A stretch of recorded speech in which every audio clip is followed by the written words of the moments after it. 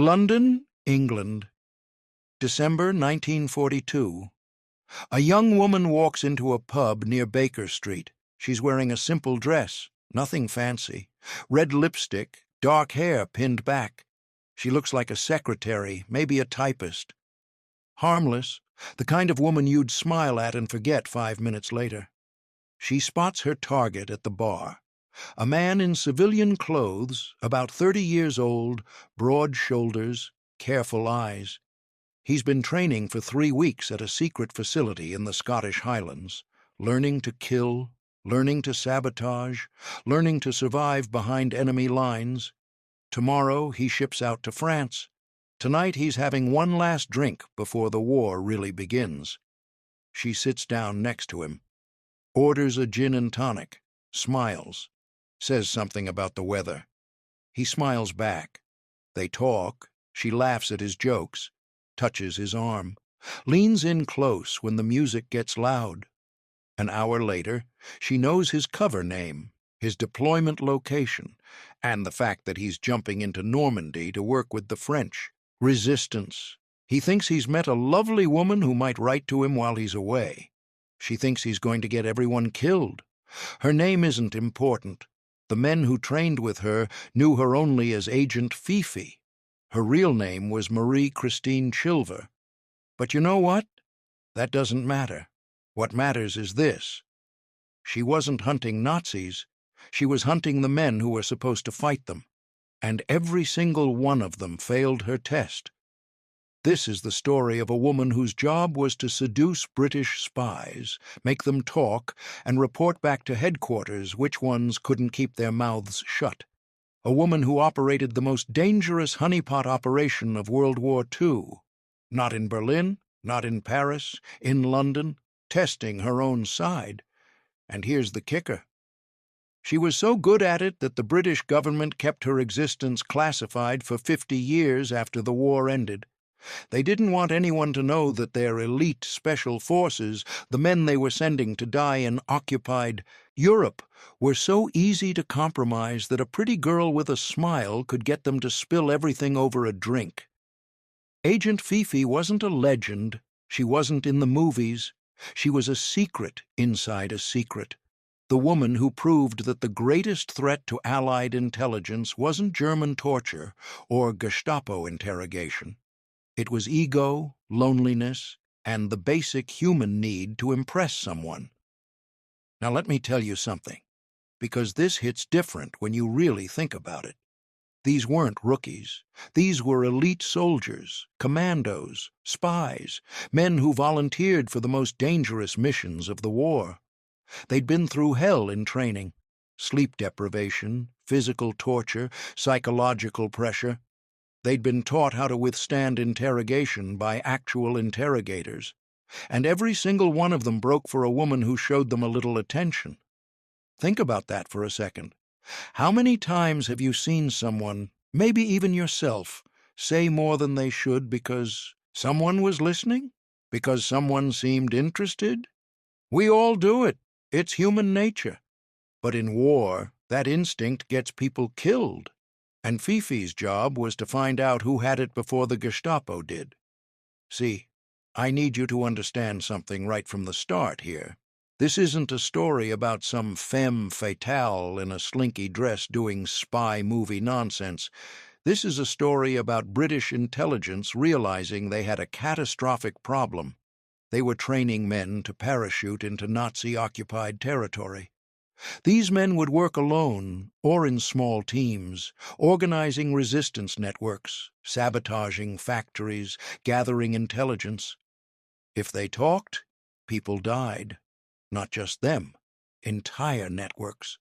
Hundreds of resistance fighters, innocent civilians hiding Allied agents. One loose word in the wrong place, and the Gestapo would roll up an entire operation. So the Special Operations Executive, the SOE, the people running Britain's secret war, had to ask themselves a question.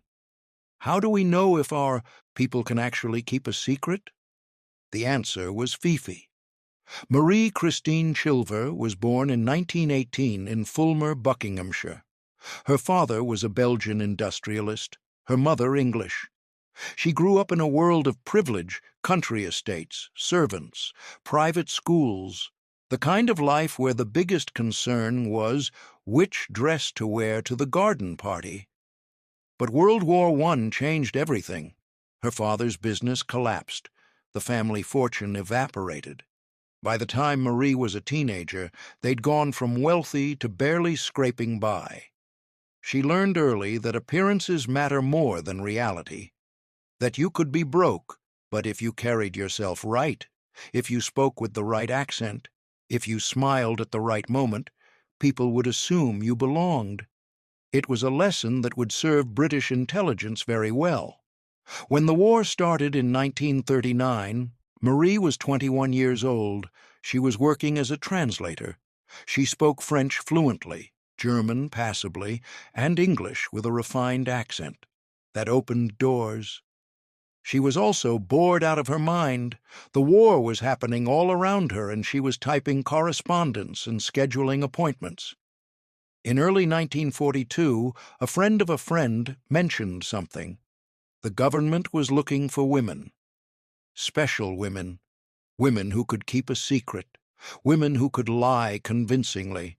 Women who wouldn't mind doing things that proper society would consider scandalous. Marie said yes before she even knew what the job was. The Special Operations Executive was Churchill's answer to conventional warfare.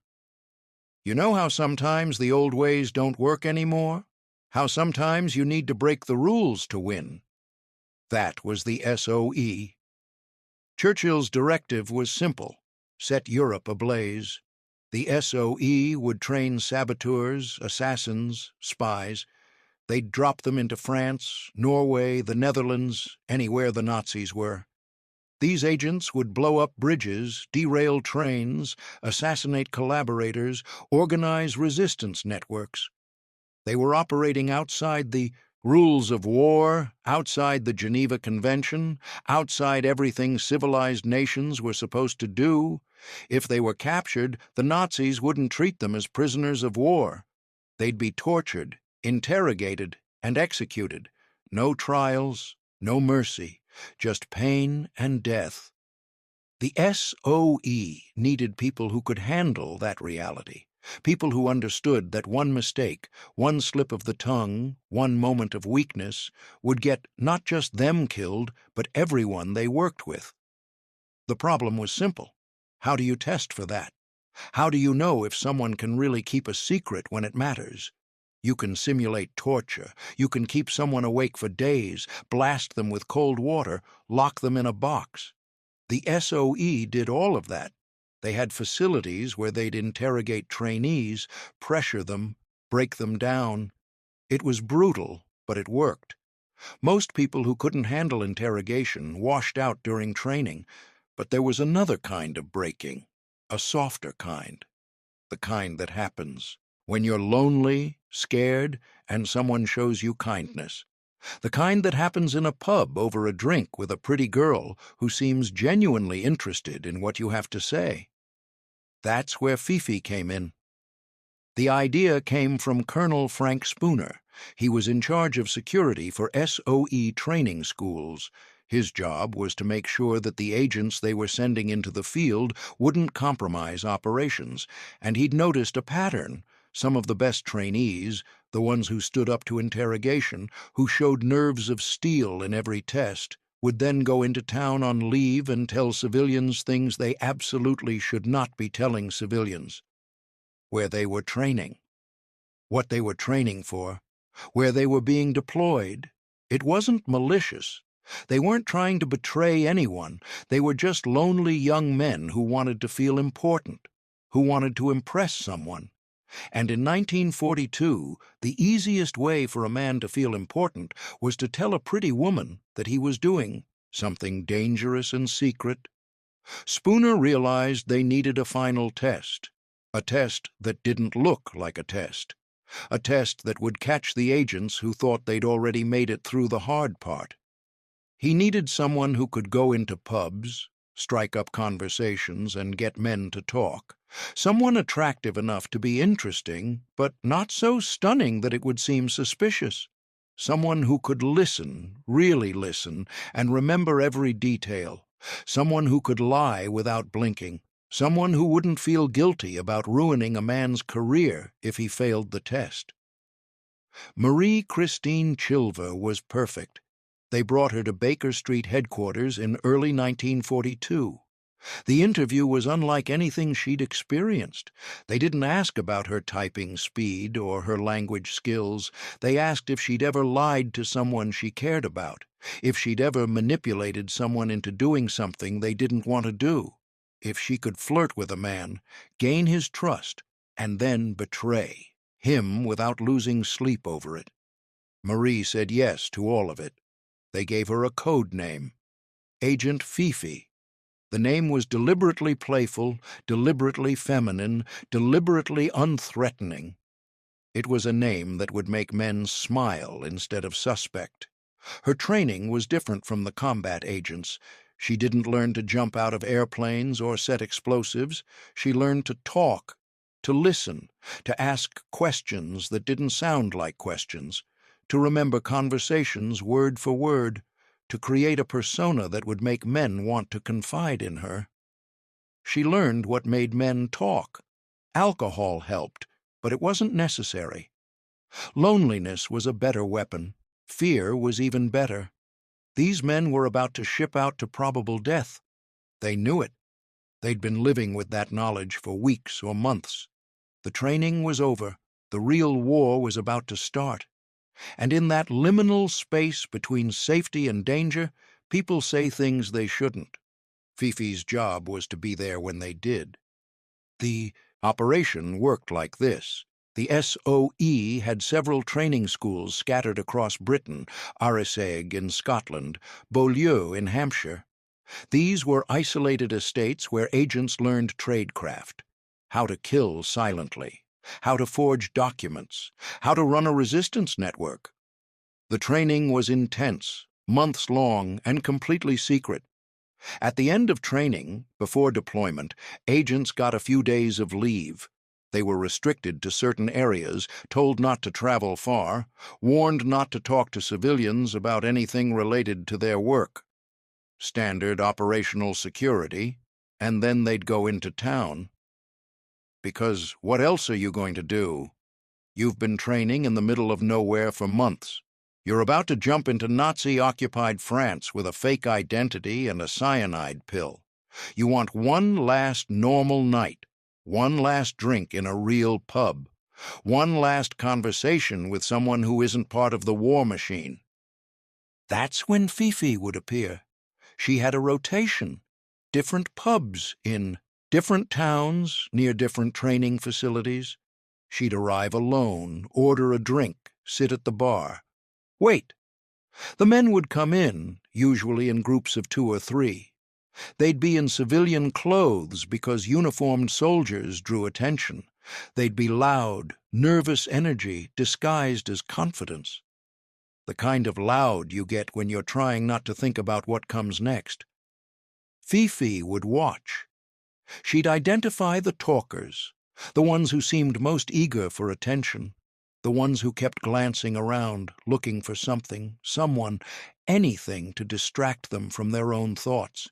She'd make eye contact, smile. Nothing overt, nothing obvious, just a smile. The men would come over. They always did. The initial conversation was always the same. Weather, war news, how long she'd lived in the area, harmless small talk. She'd let them lead, let them feel in control. She'd laugh at their jokes, even the bad ones.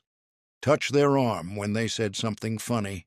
Lean in when they talked, like what they were saying was the most interesting thing she'd heard all week.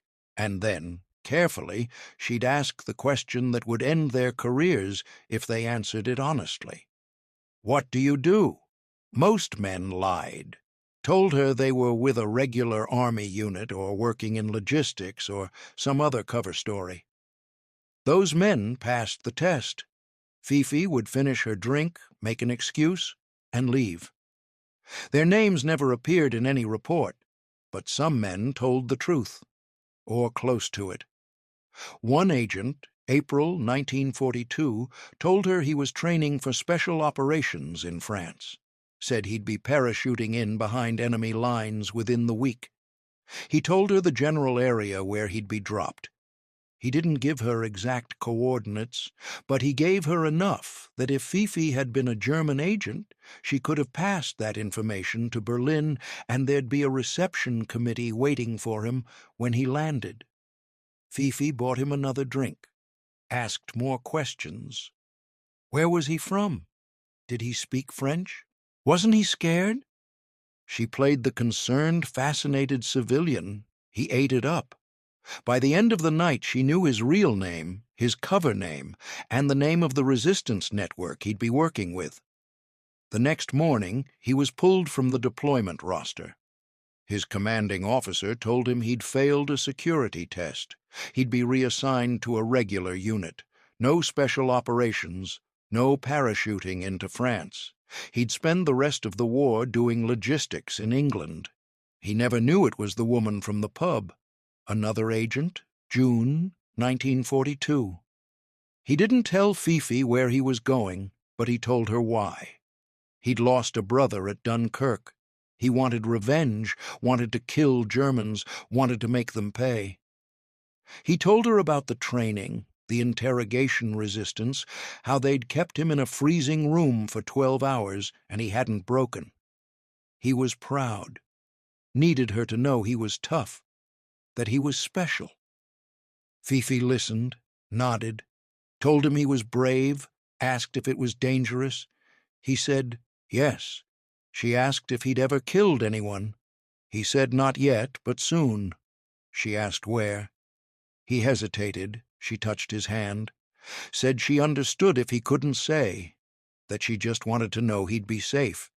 He told her, France, the South, near Lyon.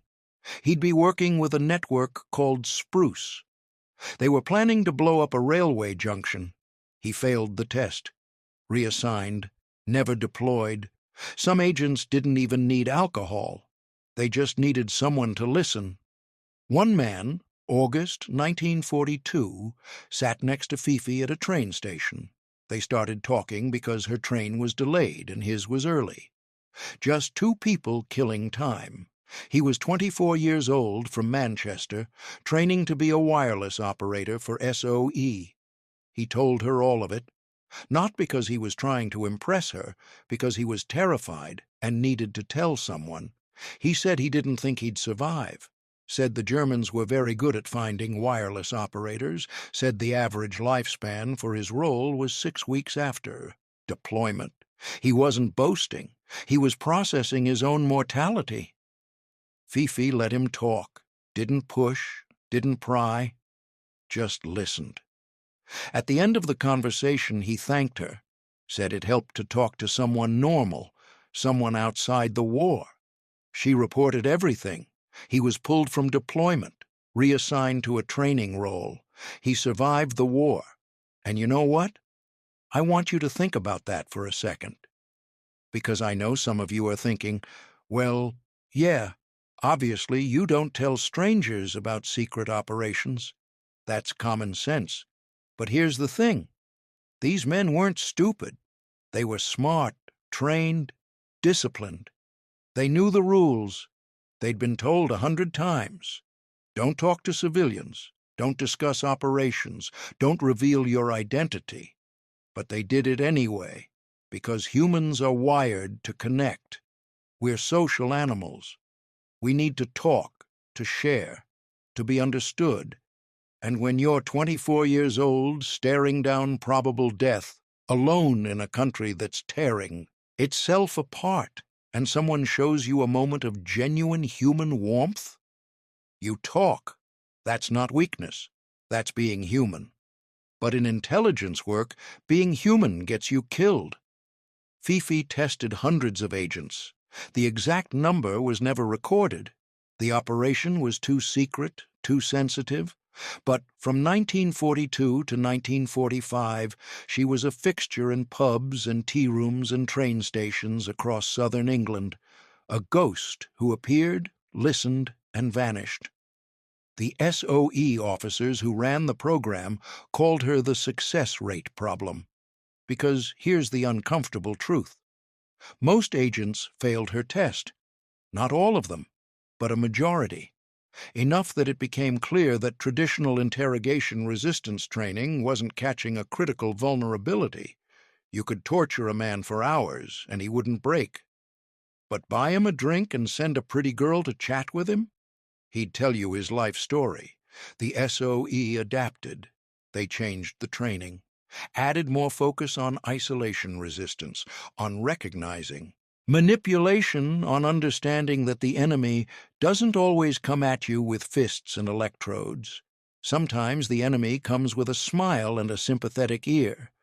But they couldn't tell the trainees about Fifi.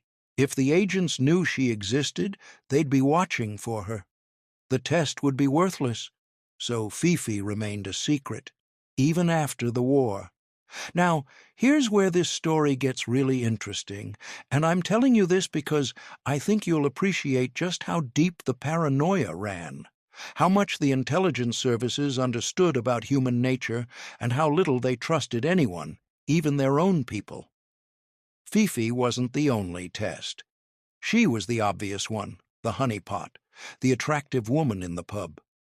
But the SOE had other tests too, tests the agents never saw coming. They'd have a man approach an agent on the street, claim to be with the resistance, say he needed help, needed information, needed the agent to break protocol just this once, for a good reason. If the agent helped, he failed. Because how do you know the man is really with the resistance? You don't. You can't. So you say no every time, no matter how convincing the story. They'd send letters to agents' families, letters that looked like they were from the government but weren't, letters asking seemingly innocent questions about where their son was stationed, what he was training for. If the family answered honestly, the agent failed, because it meant he'd told them things he shouldn't have. They'd leave documents lying around, classified papers on a desk in a room where an agent was waiting. See if he'd read them, see if he'd mentioned them later in conversation. If he did, he failed. Because operational security means you don't look at things that aren't yours, even if they're sitting right there in front of you. The SOE was paranoid. They had to be, because the Germans were very, very good at intelligence work. The Gestapo had infiltrated resistance networks across Europe. They'd turned agents, broken codes, captured wireless operators. They knew how SOE operated because they'd captured SOE agents and made them talk. So British intelligence had to assume that anything their people knew, the enemy could find out. The only way to keep secrets was to make sure that the people holding those secrets couldn't be broken, and the way you test if someone can be broken is to try to break them yourself. Fifi was doing exactly that, breaking men, gently, with kindness instead of cruelty, but breaking them nonetheless. She was good at it, too good. Her success rate was classified, but internal SOE memos from the period suggest that she caught upwards of 60% of the agents she targeted. 6 out of every 10 men who passed every other test, who survived the interrogation simulations, who showed nerves of steel and unbreakable will, would sit down with a woman in a pub and talk. And here's the part that makes this whole thing even more fascinating. Fifi enjoyed it. Not in a sadistic way. She didn't take pleasure in ruining careers, but she was good at her job and she knew it. She understood human psychology better than most of the trained psychologists working for British intelligence. She could read people, predict what they'd respond to, adjust her approach based on personality type. Some men needed validation. They wanted to feel important, special, chosen. For those men, Fifi would play the impressed civilian, wide-eyed, fascinated by their stories, making them feel like heroes. Other men needed comfort. They were scared, lonely, processing trauma. For those men, Fifi would be warm, understanding, maternal almost. She'd listen without judgment, create a safe space for them to be vulnerable. Some men just needed someone to talk to. They weren't trying to impress anyone or seek comfort. They just wanted a normal conversation with a normal person. For those men, Fifi would be casual, friendly, the kind of woman you'd chat with while waiting for a bus. She adapted, shifted personas, became whoever she needed to be to get the job done. And the men never suspected because they didn't think they were in danger. The war was over there, in France, in Germany. Here, in a quiet pub in the English countryside, talking to a nice woman who seemed genuinely interested? That wasn't dangerous. That was the last bit of normal before everything went to hell. Except it wasn't. It was the final test, and most of them failed. By 1943, Fifi's reputation within SOE was legendary. Officers joked about her, called her the career killer, the last exam. Trainers would warn agents, half seriously, watch out for pretty girls in pubs. They'd laugh. Everyone would laugh, because it sounded ridiculous. As if the SOE would actually send a woman to seduce their own agents. But they did, and the agents kept failing. One story in particular became infamous within SOE circles. Never confirmed, never documented, but repeated enough times that it probably happened. An agent, cocky, brilliant, top of his class in every aspect of training, got drunk in a pub near Beaulieu and started bragging to a woman about his upcoming mission. Told her he was going to kill Reinhard Heydrich, the butcher of Prague, architect of the Holocaust. The woman was Fifi. The agent was pulled from the mission. The operation went ahead with a different team. 2 Czech agents trained by SOE parachuted into Czechoslovakia in December 1941, tracked Heydrich for months, and assassinated him in May 1942. Operation Anthropoid, one of the most successful assassinations of the war. If the original agent had deployed, if he'd talked in the wrong pub to the wrong woman after landing, the operation would have been compromised. Heydrich would have lived. History would have changed. Fifi saved that mission, not by fighting, by listening. Now, I know what some of you are thinking. This sounds like entrapment. These were good men, loyal men, and here's British intelligence setting them up to fail, ruining their careers over a conversation in a pub. And yeah, I get that. It does seem harsh. But let me put it in perspective for you. In 1943, the Gestapo captured an SOE agent named Noor Inayat Khan in Paris. She was a wireless operator, one of the best. She'd been operating in France for months, running messages for the resistance. The Gestapo interrogated her. She didn't break, didn't give up a single name or code. So they tried a different approach. They didn't torture her. They put her in a comfortable room, gave her decent food, and assigned a guard who spoke to her kindly, just talked to her. Normal conversations about the war, about life, about whether she missed home. She didn't tell him anything operational, but she talked. And from those conversations, the Gestapo pieced together information about SOE procedures, about how wireless operators worked, about the structure of resistance networks. Noor Inayat Khan was eventually executed, shot in Dachau concentration camp in September 1944. But before she died, the information the Germans extracted from her, not through torture but through simple conversation, helped them roll up other networks, capture other agents. That's why Fifi existed, because the enemy doesn't always come at you with weapons and pain. Sometimes the enemy comes as a friend, and if you can't tell the difference, if you can't keep your mouth shut when someone's being nice to you, then you'll get people killed. Better to fail Fifi's test in a pub in England than to fail the same test in a Gestapo cell in France. Better to spend the war doing logistics than to die under interrogation. Better to live with a ruined career than to die with blood on your hands because you couldn't keep a secret. The agents Fifi caught never knew she'd saved their lives. They thought she'd ended their chance at glory. But glory is for movies. Real intelligence work is about staying alive long enough to do the job. And Fifi made sure that the men who couldn't do the job didn't get the chance to fail in the field. If you're finding this story as fascinating as I am, do me a favor and hit that subscribe button, because we're diving deep into the secret history of World War II, the stories they didn't teach you in school, the women who changed the war without firing a shot. And I promise you, there's more coming. More stories like this, more secrets, more truth. So subscribe, because you're not going to want to miss what's next.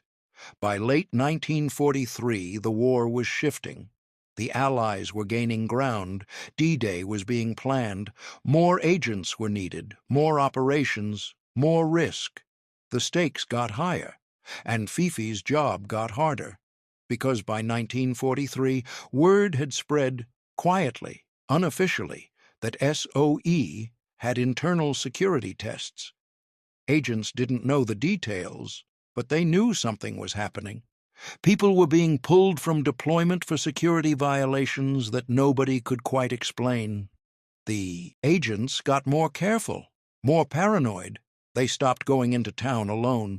They watched what they said, even in casual conversation. So Fifi had to adapt. She started working outside the pubs, train stations, bus stops, shops, anywhere agents might go during leave. She'd create scenarios that seemed completely innocent. Ask for directions, pretend to drop something and see if an agent would help. Strike up a conversation about rationing or the weather or how long the bloody war was going to last. The goal was the same. Get them talking, see if they'd slip, see if they'd say something, anything that indicated they knew more than a civilian should know. One agent, November 1943, helped Fifi carry her suitcase at a train station. She thanked him, said she was visiting her sister who worked near one of the training facilities, asked if he knew the area. He said yes. She asked what brought him there. He said he was visiting a friend. Normal conversation. Totally innocent, except then she asked if there was a good pub nearby. He recommended one. Told her to avoid another one because it was always full of military types. She asked what kind of military. He said special training, can't really talk about it. He failed. Not because he revealed classified information. He didn't. But because he acknowledged that special training was happening in the area. A real civilian wouldn't have known that. A German agent posing as a civilian would have noted that detail, investigated further, potentially compromised the facility. The standard for passing Fifi's test got stricter as the war went on. You couldn't just avoid telling secrets. You had to act like you didn't even know secrets existed. Some agents got angry when they failed. They'd argue that they didn't say anything important, that Fifi was being unreasonable, that the test was unfair. They were right. It was unfair. War is unfair. The Gestapo doesn't care about fairness. They care about finding weaknesses and exploiting them. Other agents understood immediately. They'd failed. They weren't ready. Better to find out now than after parachuting into France. A few agents tried to file complaints, claimed they'd been entrapped, that the test wasn't legitimate. Those complaints went nowhere. The SOE didn't officially acknowledge that Fifi existed. There were no records of the operation, no paperwork, no documentation, just internal memos that used phrases like security testing and personnel evaluation without explaining what that meant. Fifi was a ghost. Officially, she didn't exist. Unofficially, she was one of the most important security assets British intelligence had. And then, in early 1944, something happened that almost ended her career before anyone outside SOE knew it had begun. An agent who'd failed Fifi's test went rogue. His name has been lost to history, classified or destroyed in the records purge after the war. But what he did was documented in multiple sources. He'd been pulled from deployment after failing a security test. He'd figured out somehow that there was a woman involved. Maybe he saw Fifi testing another agent. Maybe someone told him. Doesn't matter. He knew. And he decided to warn the other agents. He started spreading the word. There's a woman working for SOE. She hangs around pubs near training facilities. She's testing you. Don't talk to strange women. Don't trust anyone. It should have ended Fifi's operation. If the agents knew she existed, they'd be watching for her. The test would be worthless. But here's where the SOE's paranoia worked in their favor. The agents didn't believe him, because the whole thing sounded insane. British intelligence is sending a honeypot to seduce their own agents? Come on, that's conspiracy theory nonsense. Some agents thought he'd made it up as an excuse for why he'd been reassigned. Others thought he'd cracked under the pressure of training and was inventing stories. Nobody took him seriously, except SOE Command. They took it very seriously. They pulled the rogue agent from service entirely, not just from special operations, from military service period, medical discharge, unfit for duty. He spent the rest of the war working in a factory. And Fifi kept working, because the agents still didn't believe she was real. Even when warned explicitly, they didn't believe. That tells you something about how the human mind works. We don't believe in threats we can't see, even when someone's telling us they exist. We think we're too smart to fall for the obvious tricks. And that confidence, that certainty that we'd never make such a stupid mistake, is exactly what makes us vulnerable. The agents who'd been warned about Fifi failed her test at the same rate as the agents who hadn't, because they were looking for an obvious seductress in a slinky dress. They weren't looking for a normal woman asking normal questions. And by the time they realized what was happening, it was too late. Fifi's greatest weapon wasn't her looks or her charm. It was the fact that people underestimated her, thought she was harmless, thought they were too clever to be caught. Pride. That was the weakness. Not lust, not loneliness. Pride. The belief that you're special, that you're smarter than the system, that the rules apply to other people but not to you. Every agent who failed Fifi's test failed for the same reason. They thought they were the exception. They weren't. By mid-1944, D-Day had happened. Allied forces were pushing through France. The war was entering its final phase. SOE operations were shifting focus. Less about setting up long-term networks, more about immediate tactical support for advancing armies. Fifi's role changed, too. She wasn't just testing new agents anymore. She was testing everyone. Officers going to liberated France to coordinate with resistance groups.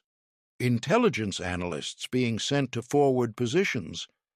Anyone with access to sensitive information who might, in a moment of exhaustion or relief or celebratory drinking, say something they shouldn't. The testing got more sophisticated. Fifi would pose as a French resistance fighter who'd just arrived in England. She'd approach British officers and claim she had information about German positions. See if they'd confirm or deny her intelligence. See if they'd reveal what the British actually knew about enemy movements. She'd pretend to be a war correspondent. Ask seemingly innocuous questions about troop deployments, operational timelines, strategic objectives. See if anyone would talk to impress a journalist. She'd play a grieving widow. Claim her husband had been killed with SOE. And she just wanted to know where, how, if he'd died for something meaningful. See if anyone would give her operational details out of sympathy. Every persona was a test. Every conversation was an evaluation. And still, people failed. One officer, August 1944, told Fifi about Operation Market Garden, the planned to drop paratroopers behind German lines in the Netherlands. He didn't give her dates or troop numbers, but he confirmed that a major airborne operation was being planned. She'd posed as a Dutch resistance contact who claimed she could provide intelligence on German positions in Arnhem. He was trying to be helpful, trying to coordinate, doing exactly what he'd been trained to do, which was work with resistance assets. Except Fifi wasn't a resistance asset. She was a test, and he'd just confirmed a major operation to someone he'd met 20 minutes earlier, someone whose credentials he hadn't verified, someone who could have been anyone. He was pulled from the operation. Market Garden went ahead in September 1944 and was a disaster. Thousands of Allied paratroopers killed or captured. But at least it wasn't compromised beforehand. At least the Germans didn't know it was coming. If that officer had talked to the wrong person, if Fifi had been a real German agent, Market Garden would have been even worse than it was. By the time the war ended in May 1945, Fifi had been testing agents for 3 years. Hundreds of men, hundreds of conversations, hundreds of failures. And then, like a ghost, she vanished. Her role was classified. Her name was redacted from records. The agents she'd tested never learned that the woman in the pub or at the train station or asking for directions had been working for British intelligence. Marie Christine Chilver went back to civilian life. She married, had children, lived quietly, never spoke publicly about her war work. Most of her family didn't even know what she'd done. The SOE was disbanded in 1946. Its operations were rolled into MI6 and other intelligence services. The files were sealed, some were destroyed. The official history of the SOE, published decades later, mentioned security testing and personnel evaluation, but never named Fifi, never explained what the tests actually involved.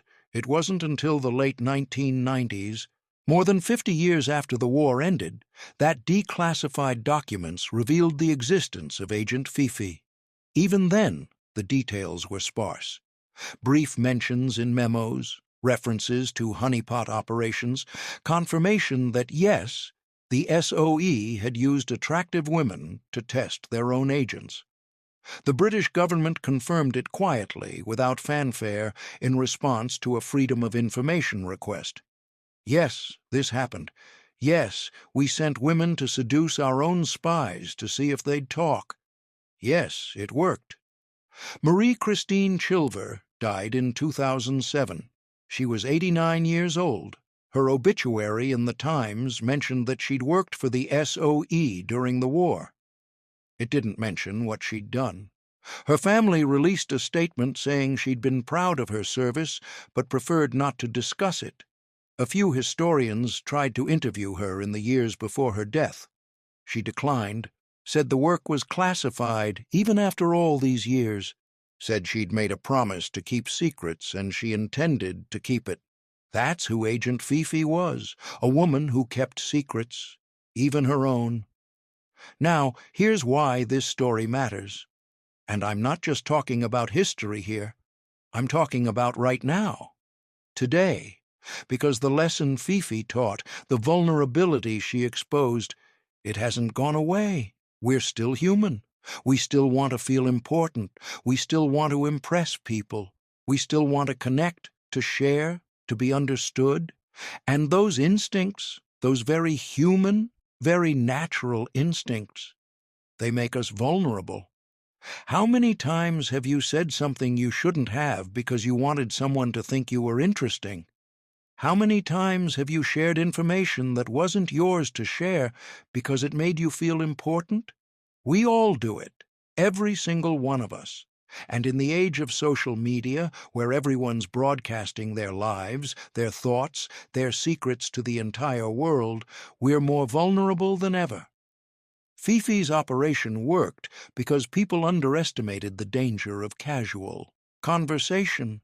They thought that as long as they didn't reveal the most critical secrets, they were safe. They didn't understand that intelligence work is about collecting small pieces of information and assembling them into a bigger picture.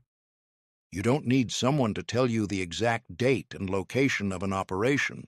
You just need them to confirm that an operation is being planned. That's enough. From there, you watch, you listen, you collect more pieces, and eventually you have the whole picture. That's what Fifi did. She collected pieces, small pieces, fragments of information that seemed harmless on their own but were deadly when combined. And the agents never saw it coming because they thought they were just having a conversation. So here's the uncomfortable truth that British intelligence learned and that Fifi proved over and over again. The greatest threat to security isn't sophisticated hacking or elaborate spy rings.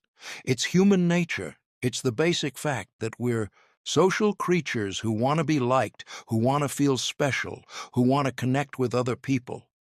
You can build all the security systems you want. You can encrypt communications, lock down files, train people to resist interrogation. But if someone can get another person to like them, to trust them, to want to impress them, all those security systems mean nothing, because at the end of the day, secrets are kept by people, and people are vulnerable. Fifi understood that. British intelligence understood that, and they used that knowledge to save lives. Because every agent who failed Fifi's test, every man who talked when he shouldn't have, was a man who would have failed the same test in enemy territory. And in enemy territory, failing that test didn't mean losing a career opportunity.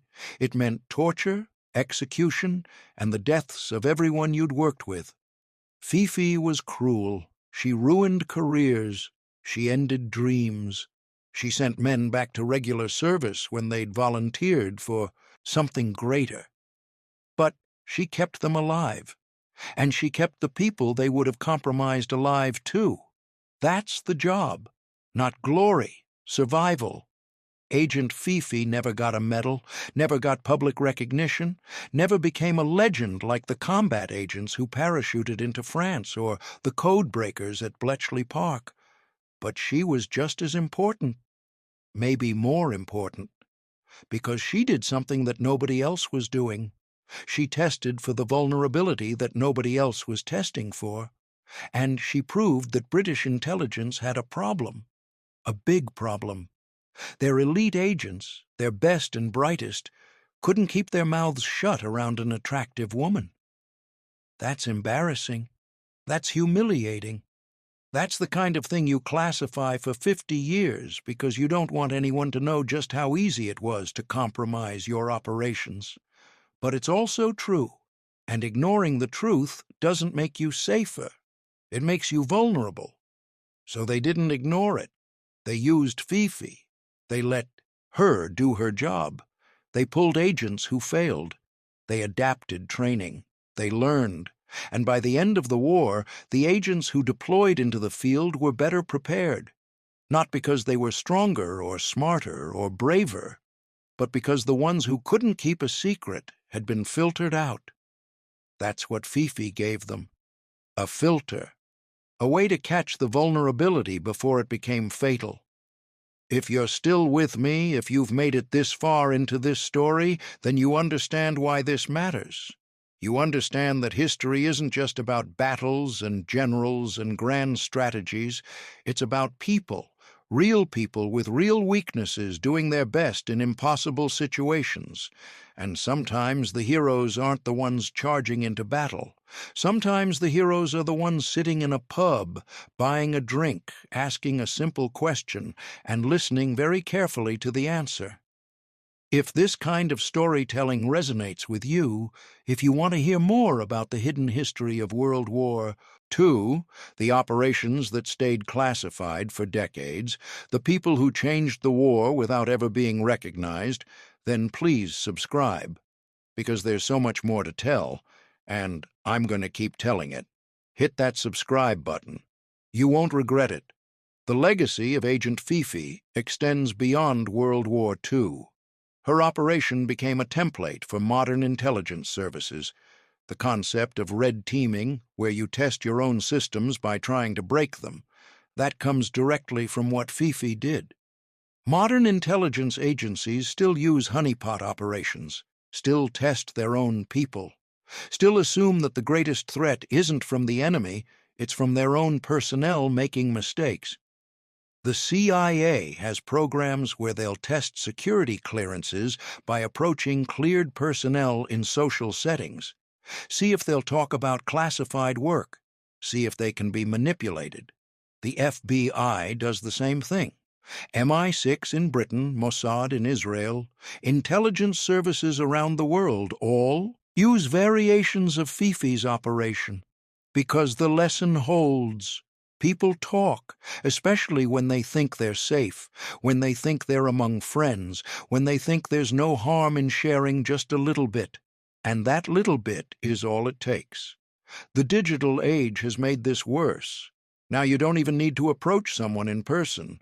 You can create fake social media profiles, build relationships online, extract information through direct messages and comment sections. The method has changed, but the principle remains the same. Get someone to like you. Get someone to trust you. Get someone to want to impress you. Then ask questions and listen carefully. That's intelligence work in a nutshell. And Fifi was a master at it. There's an interview, conducted in 2003, with a former SOE agent who'd passed Fifi's test. He didn't know it was a test at the time. He'd been on leave, went into a pub, met a woman, had a nice conversation. She asked what he did. He told her he was with a transport unit. Total lie. He was training to be a saboteur. Years later, after the war, after Fifi's operation was declassified, he realized that the woman in the pub had probably been testing him. And he'd passed because he'd lied instinctively, hadn't even considered telling the truth. The interviewer asked him why he'd lied. What made him cautious when other agents weren't? He said, and I'm quoting here, "I grew up poor." You learn early that people aren't always what they seem, that kindness can be a trap, that the person asking questions might not be asking for good reasons. So I lied. Not because I was trained to, because I'd been doing it my whole life. That stuck with me, because it reveals something important. The agents who passed Fifi's test weren't necessarily smarter or better trained. They were the ones who'd learned, through life experience, not to trust easily. The ones who'd been lied to, manipulated, betrayed.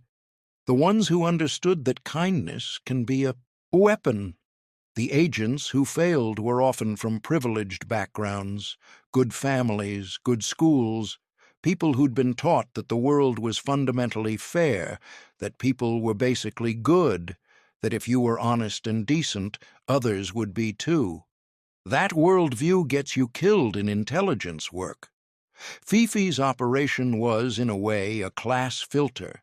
It weeded out the men who'd never had to be suspicious, who'd never learned that trust is something you earn, not something you give freely.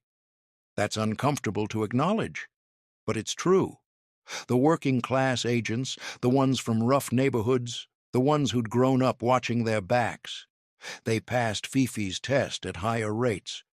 Because paranoia is a survival skill when you grow up without a safety net. The upper-class agents, the ones from Oxford and Cambridge, the ones who spoke 4 languages and had traveled the continent, they failed more often. Because they'd been raised to be charming, to engage with strangers, to network. Skills that serve you well in civilian life but can get you killed in intelligence work. SOE adapted their recruitment because of this, started looking for different types of people, stopped assuming that education and breeding were the best indicators of suitability for secret work. Fifi taught them that the best spies aren't always the smartest people. Sometimes the best spies are the ones who've learned not to trust anyone. There's a moral complexity here that I want to address, because some of you might be thinking that Fifi's operation was unethical, that it was wrong to test people without their knowledge, to ruin careers based on a conversation in a pub. And yeah, I get that argument. There's definitely something troubling about the idea that your own side is setting traps for you, waiting for you to fail. But consider the alternative. These men were volunteering to parachute into Nazi-occupied territory. They'd be alone, or nearly alone, working with resistance. Networks that might be compromised. If they were captured, they'd face torture. And if they talked under torture, everyone they'd worked with would die. The Gestapo was very good at breaking people. They had methods, time, pain, psychological pressure. Most people break eventually. That's just biology. There's a limit to how much the human body and mind can endure. But there's a difference between breaking under torture and breaking over a drink in a pub. If you can't handle the latter, you definitely can't handle the former. So, yes, Fifi's operation was ethically murky. It involved deception, manipulation, and ending careers based on conversations that the subjects didn't know were tests. But it also saved lives. The agents who failed Fifi's test would have failed in the field, and in the field, failure means death. Not just for you, for everyone around you. Is it better to let someone deploy knowing they're a security risk? To let them get people killed because you didn't want to seem unfair? Or is it better to test them ruthlessly and pull them if they fail? British intelligence chose the latter. And honestly, I think they were right. War doesn't care about fairness. The enemy certainly doesn't. So you do what you have to do to win. You test your people. You find the weaknesses. You fix them if you can, and if you can't, you keep those people away from situations where their weaknesses will be fatal. That's not cruel. That's responsible. Agent Fifi was doing her job, and her job was to make sure that the men Britain sent into hell were actually capable of surviving it. Some couldn't. She found them, and she kept them home. That's not villainy, that's mercy. Now, I want to talk about something that a lot of people miss when they discuss Fifi's operation, and that's the fact that she was a woman doing this work in the 1940s. This was not a time when women were respected in intelligence work. The SOE had female agents? Yes. Women like Violette Szabó and Nancy Wake, who fought behind enemy lines. But even they faced discrimination, skepticism, lower pay, and less recognition than their male counterparts. Fifi's role was different.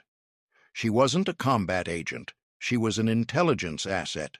And her job required her to use femininity as a weapon, to flirt, to charm, to make men comfortable enough to let their guard down. In any other context, that would be seen as manipulative, predatory even. But in the context of war, it was intelligence work. And Fifi was brilliant at it. But let's be real, she never got the credit she deserved. After the war, when the SOE's history was being written, when medals were being handed out, when veterans were being honored, Fifi was forgotten. Why? Because what she did was embarrassing. It exposed a weakness in British intelligence that they didn't want to acknowledge. It proved that their elite male agents were vulnerable in ways that contradicted the image of stoic, unbreakable warriors. So they buried it, classified it, made sure that nobody knew just how effective Fifi had been at catching security failures. And Fifi herself never pushed for recognition. She did her job, kept her secrets, and moved on with her life. That's professionalism. That's dedication. That's someone who understood that the work mattered more than the glory. But it's also a damn shame, because Fifi should be remembered. Her operation should be studied. She should be in the history books next to the code breakers and the combat agents and the strategists who won the war. Instead, she's a footnote, a declassified memo, a name in a file that most people will never read. That's not right, but it's reality. History is written by the people who want to be remembered. And Fifi didn't care about being remembered. She cared about doing the job. So here I am, telling her story, making sure that at least some people know what she did, how good she was, how many lives she saved. If you think more people should know about Agent Fifi, about the women who fought World War II in ways that never made the history books, then do me a favor. Share this video. Tell someone about this story. Leave a comment about what you think, because these stories matter. These people matter. And the only way they stay alive is if we keep telling them. By 1945, the war in Europe was over. Germany had surrendered. The SOE began winding down operations. Agents returned home or didn't. Many had died. Many more carried wounds, physical and psychological, that would never fully heal. Fifi's operation ended quietly.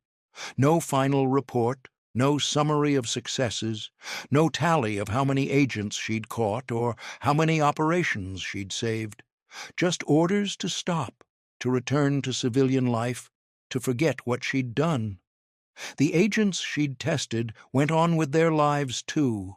Some deployed after passing her test. Some saw combat. Some died. They never knew that the woman in the pub or at the train station had been evaluating them, deciding their fate. There's something haunting about that. To have your future determined by a conversation you didn't know mattered. To have passed or failed a test you didn't know you were taking. But that's intelligence work.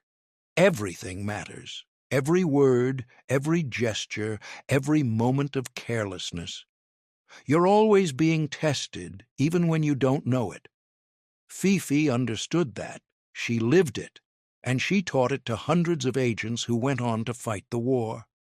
Her legacy isn't in monuments or medals. It's in the agents who survived because they learned to keep their mouths shut.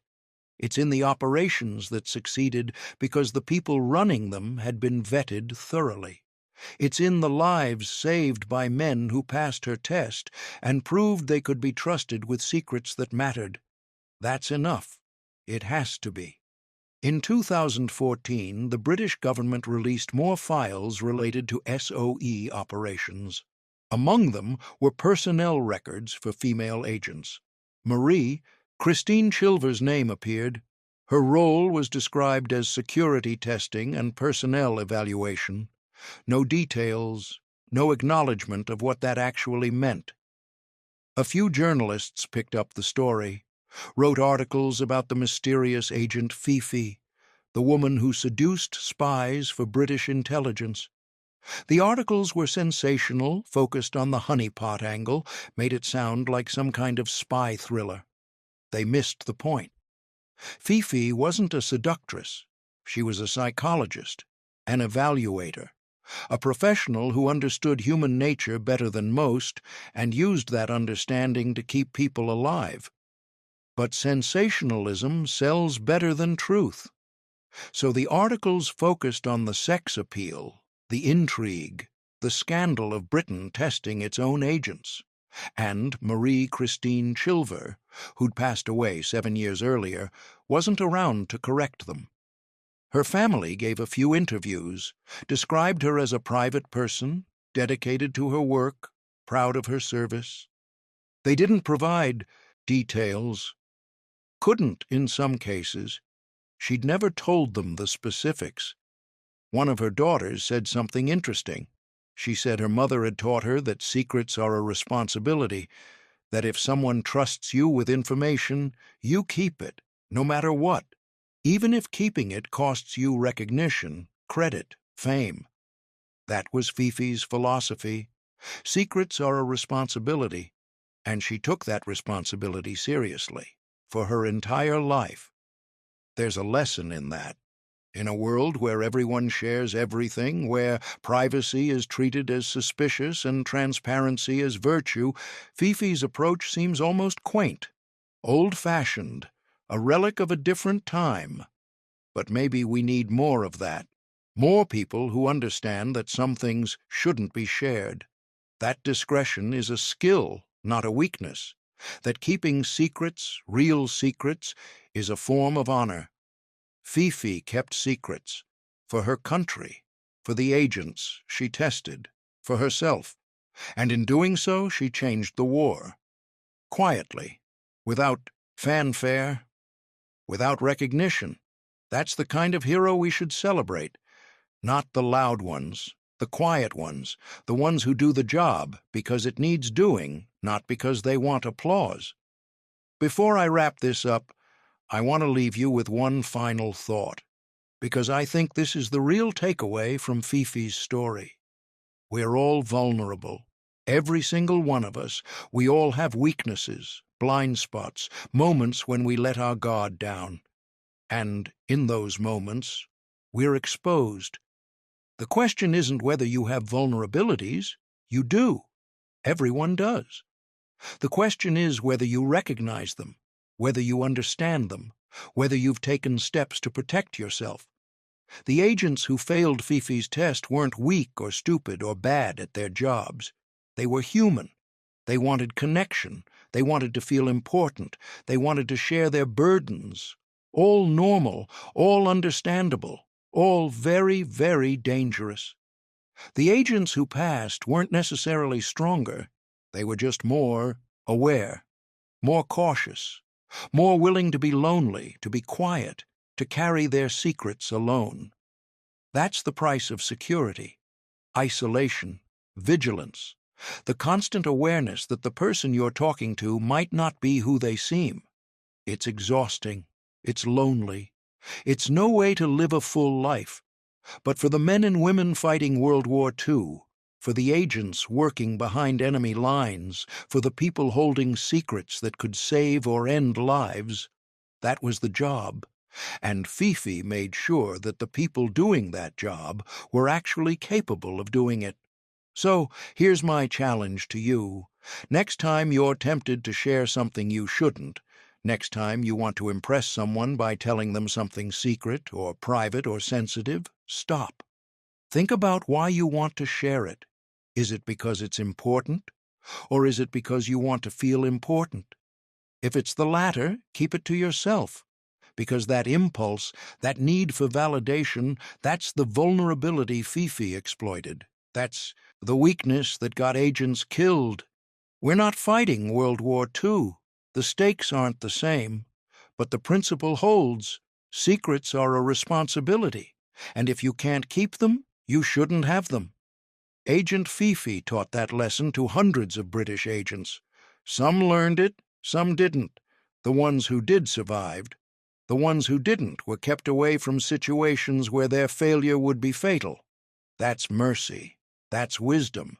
That's what intelligence work actually looks like. Not car chases and gunfights and dramatic confrontations, just a woman in a pub asking simple questions, listening carefully to the answers, and changing the war, one conversation at a time. If you've made it this far, thank you. Thank you for listening. Thank you for caring about these stories.